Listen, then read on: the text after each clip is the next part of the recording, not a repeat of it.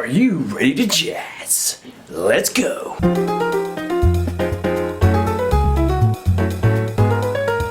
What's happening, y'all? Heavy Heart here, and we're gonna go over, it's like a jazz concept, a very simple one. Well, I guess it's a little advanced. We're gonna use one chord shape though, just one chord shape. And if you're familiar with Quartal Harmony, this is gonna be a lesson for you. And if you want to get some cool outside sounds, outside concepts, in a very simple way, once you get this chord voicing down, this will take your playing to the next level and your compositional level too as well. So let's get into it. Doesn't that look good? Oh yeah. Oh. Okay guys, let's get into it. So Quartal Harmony is basically you're stacking notes, intervals in fourths, okay? Basically it's taking the root, major second, and the perfect fourth intervals. Those are, and sometimes the fifth as well. As you go up the octaves, it'll change into like the 9 and stuff like that. This one, let's see, we're gonna start in the key of F.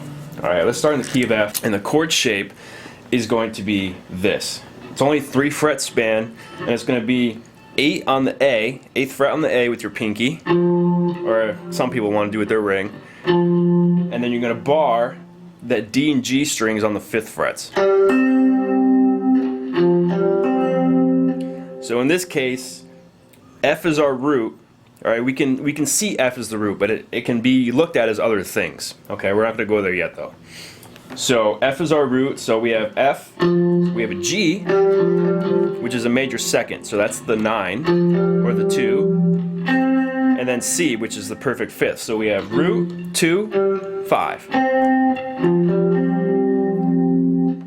So this kind of sound, you don't know if it's major or minor, and that's kind of the point, okay? It's kind of ambiguous that way, and this makes it perfect for doing some cool concepts that we're going to get into right now. So one concept is, okay, one thing I like to do a lot, that I always gravitate towards first, is simply just pushing it up a half step.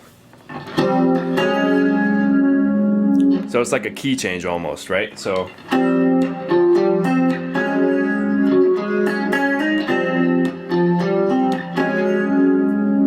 okay, so you can just mess around with that. That's a cool idea. But then what I do is I go up a half step from F, and then I go up a whole step, then back to F. So something I might play is like a,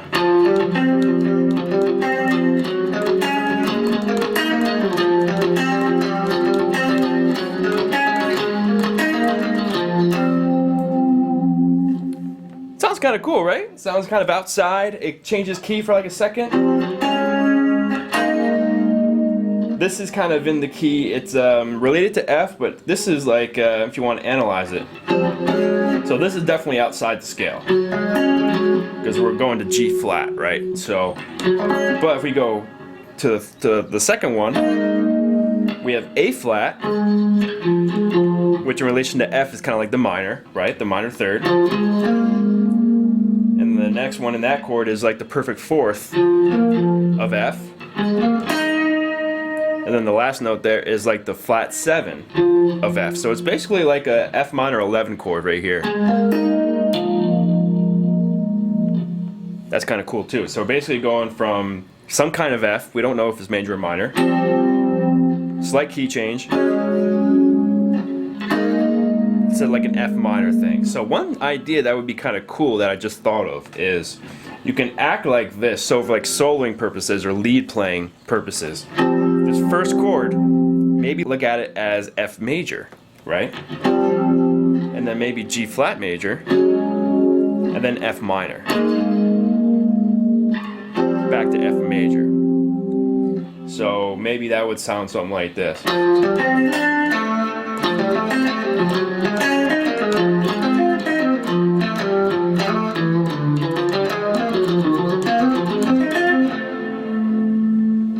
Something like that.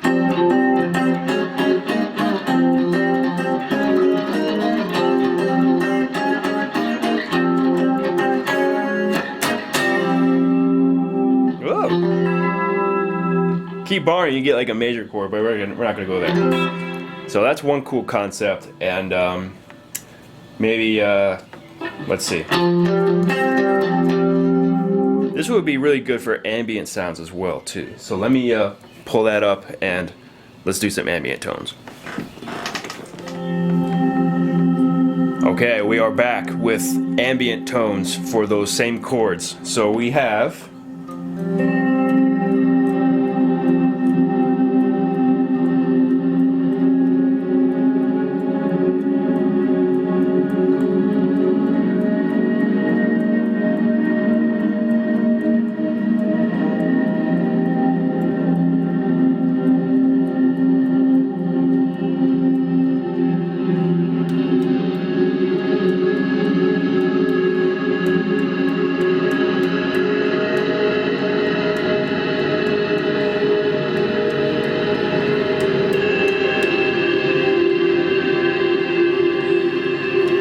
that's kind of cool. So basically the middle chord there, the G flat, with ambient sounds you got to be a little careful because it bleeds into it and it can sound a little out of key.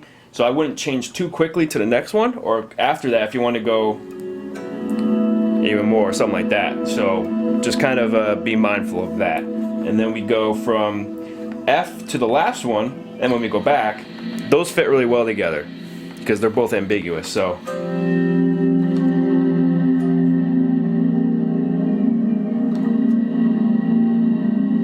you can look at both of those, all the intervals, as like an F minor scale, Dorian or Aeolian, because there's no 6, so that you can choose, right? So when you go to there, just be mindful of that. See, if you do it too fast, it gets a little cluttered like that, so it doesn't really work that well. So that's a cool ambient thing, and you can mess with the order as well. So maybe you can go up a flat third and then down to the middle one. So you can go.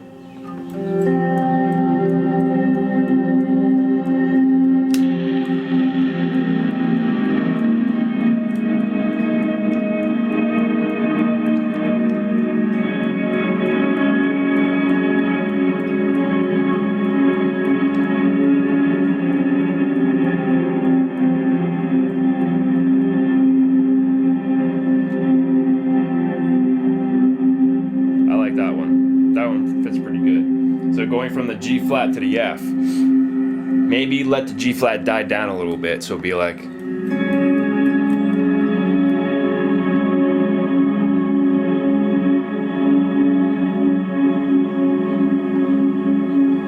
Six and a half hours later.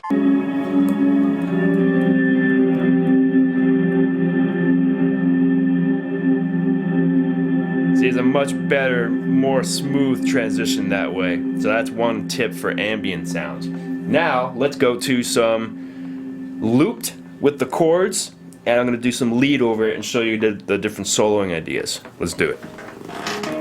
Okay, we're back. So you got the loop in the background, same chords, F, G flat, A flat. We're going to try this first. Let's do F major to G flat major to F minor. Alright, we're gonna see how that sounds navigating through the chords.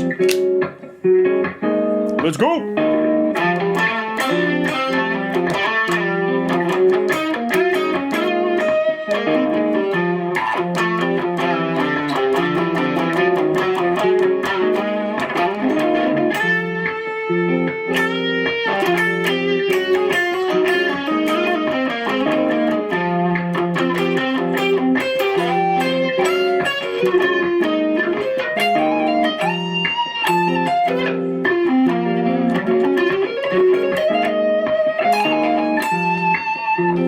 That's kind of cool, kind of works. Now let's try F minor to G flat major to F minor. Let's see how that sounds. I think it sounds better.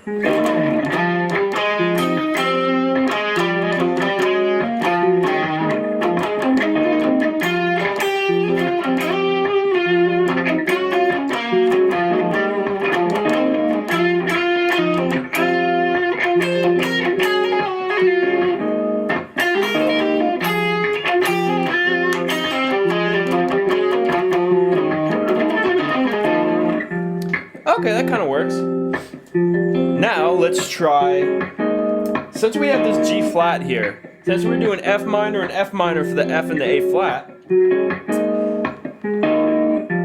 I'm thinking let's do for the G flat, actually for the whole thing, because we have that G flat there, right, which is the flat 2 of F, maybe we can do Phrygian over the whole thing. Let's see if Phrygian works over the whole thing. F Phrygian.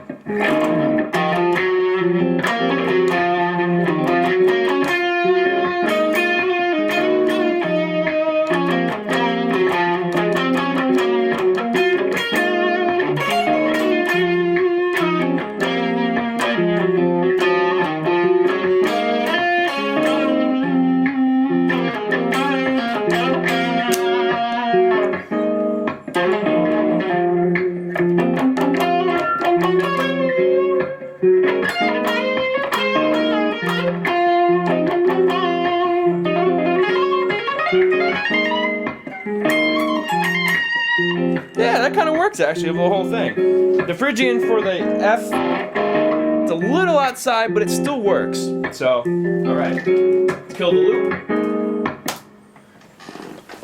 So, I think that's plenty enough to work with for most of y'all for now. So we have those 2 chords. Practice, yeah, just do that, loop them up, and practice. See if you come up with your own kind of concept, what kind of other ideas for soloing would fit that really well, okay? But those are some ideas. You go from F major to G flat major to F minor, okay? Then you got F minor to G flat major to F minor again, and then you have F Phrygian over the whole thing, because we have this G flat, right? So yeah, because for the G flat you have the flat 9 in relation to F. That is the flat 3. A flat to F. That's a flat 3. That works. That's a straight Phrygian right there from F. And then that we have a D flat, which is the flat 6. There you go. It works pretty perfectly actually.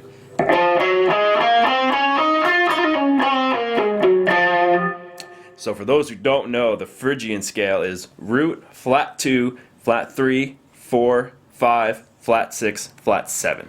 And it goes like this. There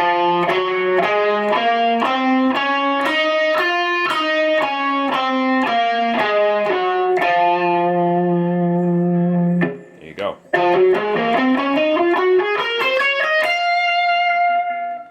Easy. Alright, I want to see you guys come up with that. Let me know if this was helpful, and if you want to see more lessons like this in the future. This is my first lesson video besides the ones I do for my students, and I am available for lessons if you want to dive deeper into this stuff. I'm a music theory nerd, so I know a bunch of different stuff, techniques, shred, jazz, neo-soul, whatever you guys want. So let me know in the comments if you like this, if you dug it, if you benefited from it, and I want to see what kind of ideas and riffs you guys get from this. Alright. Peace!